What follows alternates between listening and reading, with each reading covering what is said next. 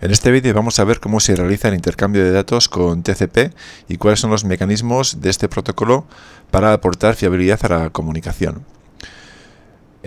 Vamos a tener siempre un modelo cliente-servidor. El cliente va a indicar qué servicio quiere, indicando la dirección IP del destino y el puerto en el que está escuchando el servidor.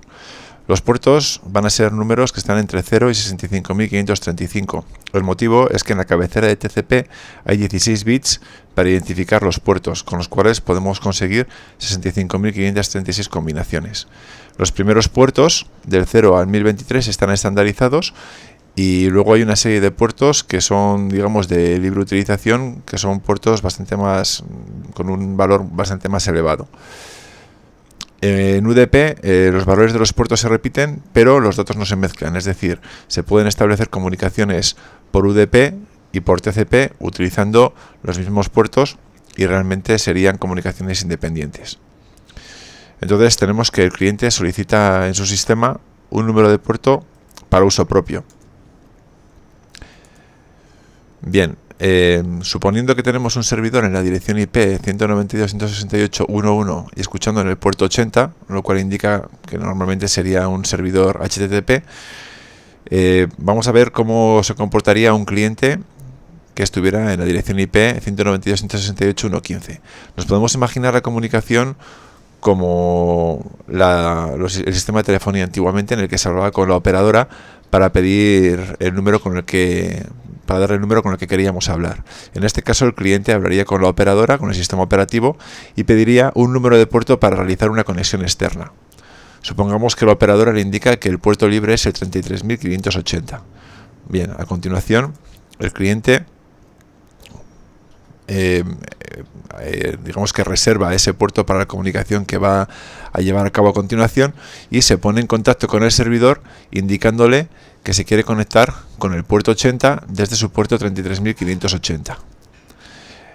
El servidor le va a responder de manera afirmativa diciéndole que puede pedirle lo que quiera de ese puerto y de esta manera está establecida la conexión. Aquí aparece un concepto que es el socket. Se puede traducir en castellano como conector o como zócalo, y un socket no es más que una dirección IP más un puerto. Tiene su importancia porque con dos sockets se identifica de manera inequívoca una conexión. Por ejemplo, en este caso tendríamos que el servidor 192.168.1.1 con su puerto 80 y la dirección cliente 192.168.1.15 con el puerto 33.580 son digamos que es una comunicación única. Podríamos tener otros clientes comunicándose con el mismo servidor, pero tendrían una dirección diferente, una dirección IP diferente y probablemente también un puerto distinto.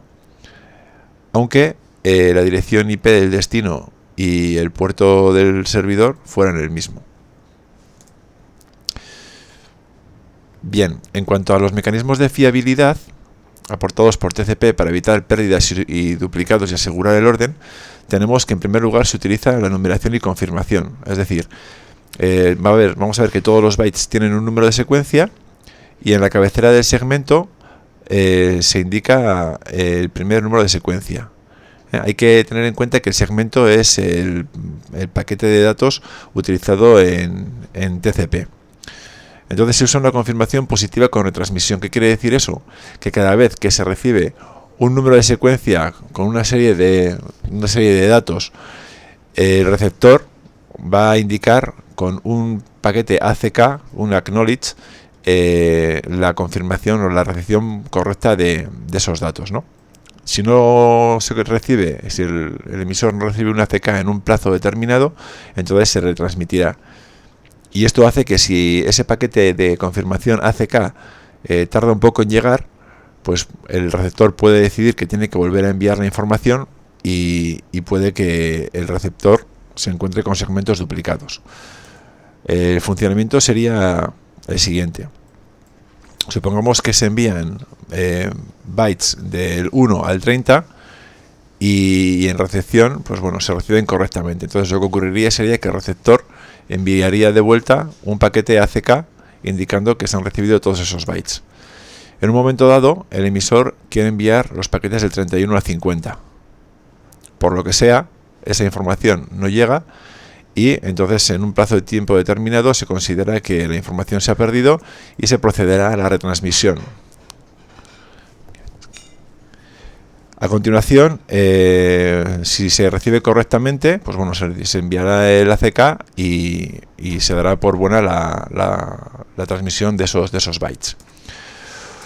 Por último, también se establece un mecanismo de fiabilidad por medio de la utilización de los números de secuencia, ¿no?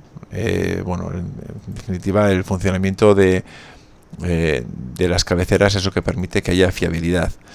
Vamos a suponer que la comunicación entre dos máquinas ha fluido de manera normal y lo último que ha ocurrido correctamente, lo último que ha pasado, es que el equipo A ha enviado al equipo B un segmento, un paquete de datos con los bytes del 20 al 50 y que el paquete B ha enviado al paquete A otro segmento con los bytes del 80 al 100. Vamos a ver cómo funciona este sistema de control en la cabecera TCP. Vamos a tener el puerto de origen, el puerto de destino, un número de secuencia y un número de confirmación. Tenemos aquí los dos equipos A y B, uno funcionando en el puerto 80 y otro funcionando en el puerto 3358. Bueno, sería el 33.580 que hemos visto anteriormente, da igual. En este caso se transmiten los bytes del 51 al 70, desde A hasta B, ¿de acuerdo? Entonces, como el último byte recibido por A era el número 100, indica con el número de confirmación 101 que el siguiente byte que espera es el 101. A su vez, indica que el primer byte enviado en este segmento es el número 51. El puerto origen es el 3358 y el puerto destino sería el 80. A continuación, supongamos que el B quiere transmitir los bytes del 101 al 120. Entonces la cabecera quedaría conformada de la siguiente manera. Ahora el origen sería el 80, el destino el 3358, el número de secuencia sería el 101, que es el que espera el equipo A, y el número de confirmación sería 71, puesto que ha recibido correctamente los bytes del 51 al 70. Supongamos que ahora el equipo denominado A no tiene ningún dato que transmitir. Entonces lo único que haría sería enviar un paquete con el ACK, ¿vale? con el reconocimiento de los últimos bytes recibidos, indicando el 121, y seguiría marcando que el siguiente byte que va a enviar es el número 71, aunque todavía no lo tiene preparado. A continuación, el equipo B envía los bytes del 121 al 150 y sigue indicando que espera el byte número 71. Por fin, el equipo A envía los datos del 71 al 90 y lo indica con el número de byte 71 y indica la confirmación enviando el 151, que sería el siguiente que espera, puesto que el último recibido ha sido el 150.